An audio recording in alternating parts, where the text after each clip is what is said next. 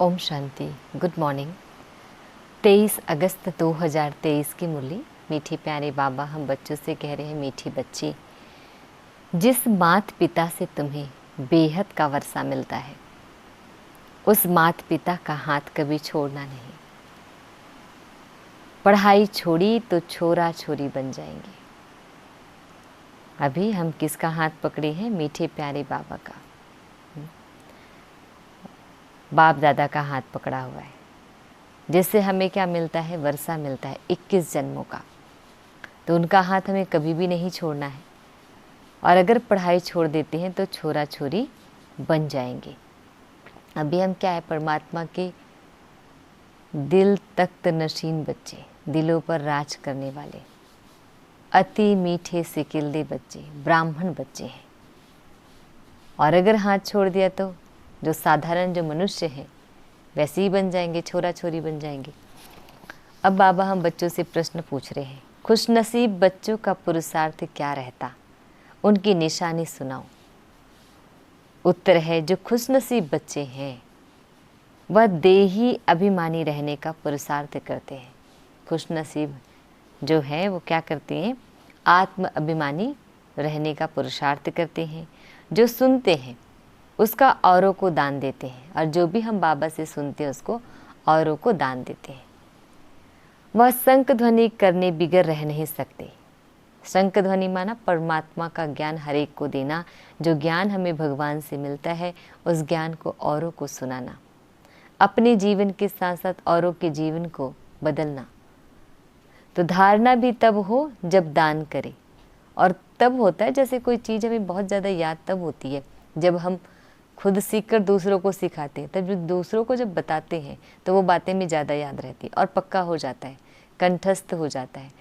तो वैसे ही बाबा कह रहे हैं कि धारणा भी तब हो जब दान करे। तो जब हम देते हैं तो पक्का हो जाता है, और देते हैं तो ये भी बात का तो ध्यान रखते हैं ना कि भाई मैं इस चीज़ को फॉलो कर रही हूँ कि नहीं कर रही हूँ।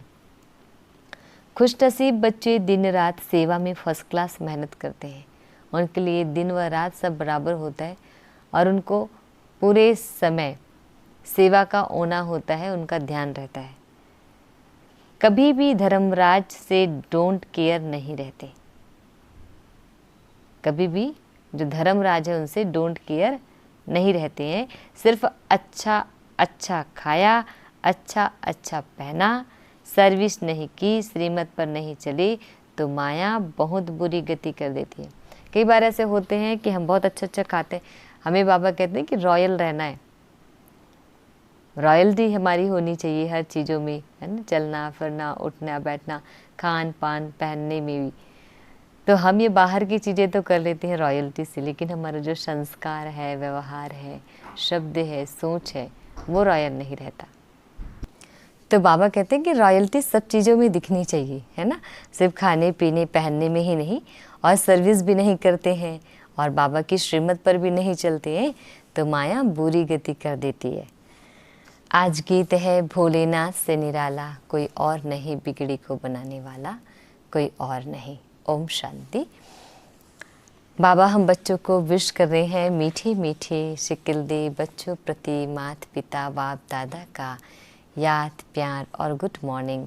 रूहानी बाप की रूहानी बच्चों को नमस्ते।